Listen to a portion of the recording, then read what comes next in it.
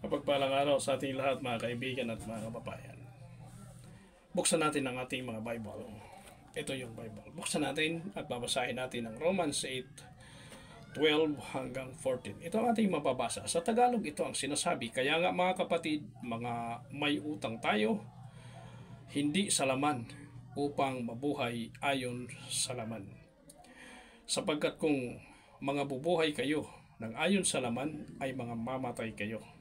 Datapwat kung sa pamamagitan ng Espiritu ay pinapatay ninyo ang mga gawa ng laman, ay mga bubuhay kayo.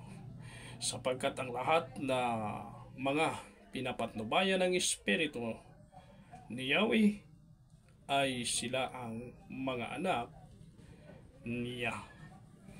Malalaman natin mga kapatid ang ating binasa. Napakaliwanag na ang sabi sa kasulatan, ang namumuhay sa laman, ano ang sasapitin? Yung mamamatay. Dahil may utang tayo. Ano yung utang natin? Yun yung buhay na ibinigay ng Panginoon. Ano ang buhay?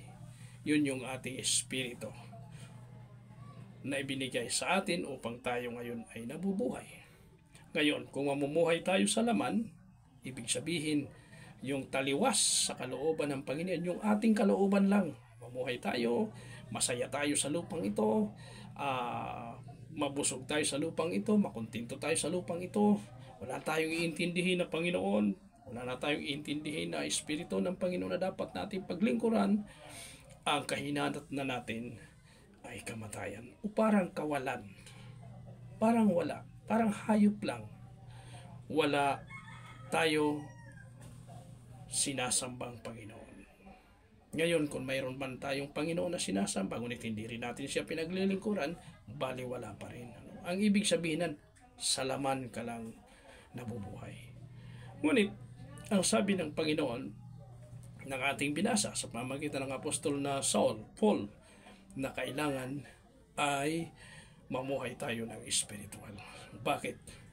Pag espiritual, tayo ay mabubuhay at tayo ay tatawagin kanyang mga anak. Ano ba ang kalalagayan ng ating dakilang lumikha at ng ating Panginoon? Di ba sila espiritual? So ang ibig din sabihin ng Panginoon na dahil mayroon siyang idilagay sa atin na espiritu mula sa kanyang sarili para mabuhay tayo, pang mabuhay tayo, yung binigay niyang na espiritu, dapat paglingkuran din natin yan. Ano ang paglilingkod, mga kaibigan at mga kababayan, sa espiritu? Yun yung ating pagsunod sa kanyang kalooban, yung ating paglilingkod, pagsamba, papuri sa kanya, at lalo na kung tayo ay susunod at gagawin natin ang katapatan sa kanyang pinag-uutos. Maglilingkod tayo na may pagiging banal, kasi ang espiritu ay banal. Yun ay tatawagin tayong mga anak ng ating Panginoon.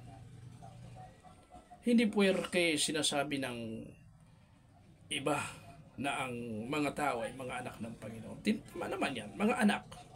Pero mayroon bang mga anak na sumusunod at mayroon hindi? Di ba? Kung mayroong mga magulang na pag hindi sumusunod yung kanilang anak, pinababayaan nila. Hindi na nila tinatawag na anak. Minsan, bahala ka sa buhay mo. Ang Panginoon ay ganoon din. Kaya mayroon siyang pinasusunod sa atin. Bilang totoong mga anak, ay sumusunod tayo sa kanyang kalooban. At alalahanin natin na ang kanyang kalooban, iyong paglingkuran siya, sambahin siya, gawin ang kanyang kalooban, tawagin siya sa kanyang pangalang Yeshua, Messiah, at sa paglilingkod natin sa espiritu at sa katotohanan, matatawag tayo niyang tayo ay mga anak niya, sapagkat tumatalima tayo sa kanyang kalooban. Yun ang tunay na mga anak na tinatawag sa Bible. Kaya mga kaibigan at mga kababayan, patunayan natin na tayo mga anak ng Panginoon sa pamagitan ng ating pagsunod sa kanyang kalooban pagbibigay ng papuri sa Kanya at pagsunod sa Kanyang mga pinag-utos. Magandang araw, pagpalain tayo ng ating Panginoong Yeshua Messiah.